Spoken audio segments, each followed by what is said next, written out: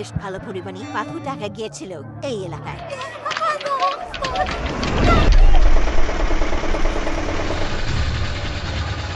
2024 সালের 5ই আগস্টের পর থেকেই সিলেটের সাদা পাথর এলাকা থেকে নানা কায়দায় পাথর তুলে নেওয়া শুরু হয়। প্রথম দিকে কিছুটা রাগঢাক করে পাথর তোলা হলেও কিছুদিন পর তা ব্যাপকভাবে এবং প্রকাশ্যে শুরু হয়।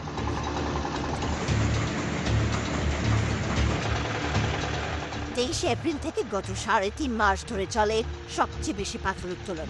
এভাবে পাথর উত্তোলনে প্রশাসনকে তেমন দায়িত্বশীল ভূমিকায় দেখা যায়নি। এ সময়ে প্রকাশ্যে কোদাল ও বেলচা নিয়ে পাথর গণলুট করে প্রায় নিশ্চিহ্ন করে ফেলা হয় সাদা পাথর এলাকা। পুরো এলাকা এখন পাথরহীন দুধ জল।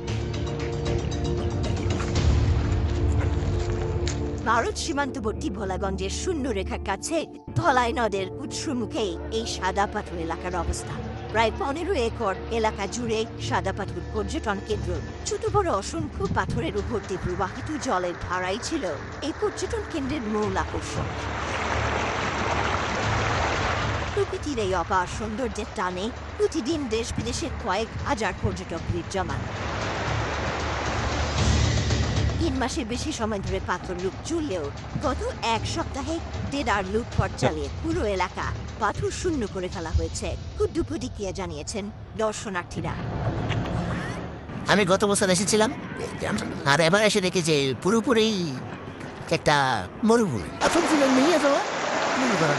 আমাদের দেখা এখন আমরা আমাদের নিজের চেহারাতে দেখে দেয় দিব প্রশাসন। তো আপনি মনে করেন যে এখানে আসলে আমি তেমন দেখতেছি না প্রশাসনের যে কার্যক্রম।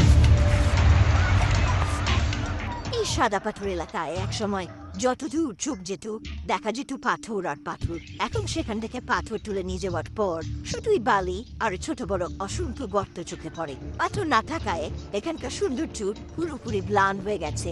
সাদা পাথরের পাথর লুটের খবর দেশে বিদেশে জানাজানি হওয়ার কিছুদিনের মধ্যে এলাকাটি আরো পর্যটক শূন্য হয়ে পড়ার আশঙ্কা করছেন অনেকেই।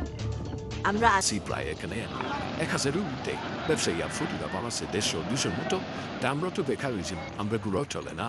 আমরা বোধহয় ইনকাম অনেক পেয়ে মিলেও আমরা চলা অনেক কষ্ট বেড়ে চলছ। পরিবেশ কর্মীরা বলছেন 2020 সালের ফেব্রুয়ারিতে কোয়ারি থেকে পাথর ও বালু উত্তোলন বন্ধে নির্দেশনা দেয় সরকার। এরপর থেকে রাতের আধারে স্থানীয় কিছু আওয়ামী লীগ নেতার পৃষ্ঠপোষকতায় অবৈধভাবে পাথর ও বালু উত্তোলন চলত। গত 5ই আগস্ট শেখ হাসিনা সরকারের পতনের পর কোয়ারির নিয়ন্ত্রণ নেন বিএনপি এবং এর সহযোগী সংগঠনের নেতারা। তাদের পৃষ্ঠপোষকতায় কয়েক হাজার পাথর শ্রমিক প্রকাশ্যে পাথর উত্তোলন শুরু করে। অভিযান চালিয়েও পাথর লুট ঠেকাতে পারেনি সিলেটের জেলা প্রশাসন। তাদের চোখের সামনে লুট হয়েছে পাথর। আমরা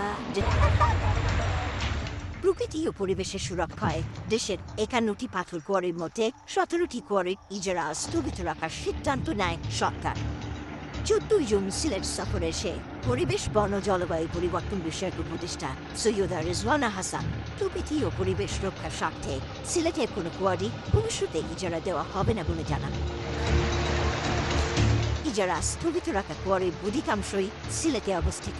এর মধ্যে গোলাগঞ্জ পাথর কোয়ারিও রয়েছে। এই কোয়ারির পাশেই সাদা পাথর এলাকা অবস্থিত। এলাকাটি কোয়ারি মুক্ত না হলেও এখানে প্রচুর পরিমাণে ছোট বড় পাথর ছিল, যার প্রায় সবগুলোই অবৈধভাবে উত্তোলন করে সরিয়ে নেওয়া হয়েছে।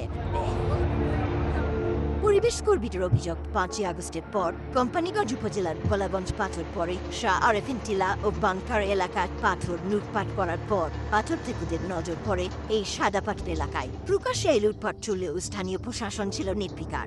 এছাড়াও বিএনপি, জামাত, এনসিপি সহ বিভিন্ন রাজনৈতিক দলের শীর্ষ পর্যায়ের নেতাদের কৌশলী সমর্থন থাকার অভিযোগ রয়েছে।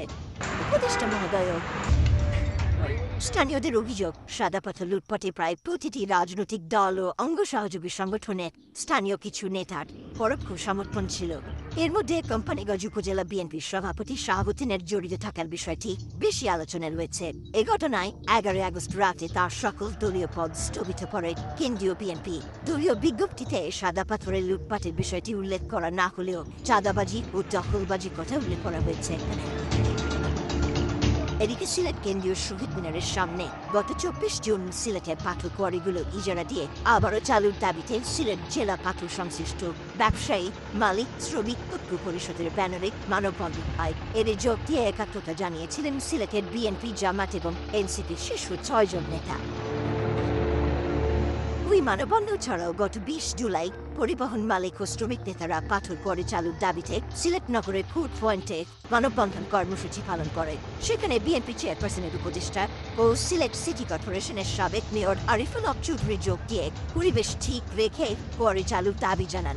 একই দাবি জানান বিএনপির আরেক নেতা মেফতা সিদ্দিকও। এদিকে ইসলামী আন্দোলন বাংলাদেশের নায়েবে আমির সৈয়দ মোহাম্মদ ফৌজিল করিমও বিভিন্ন সভা সমাবেশে সিলেটের পাথর কোয়ারিগুলো চালুর দাবি জানিয়েছিলেন।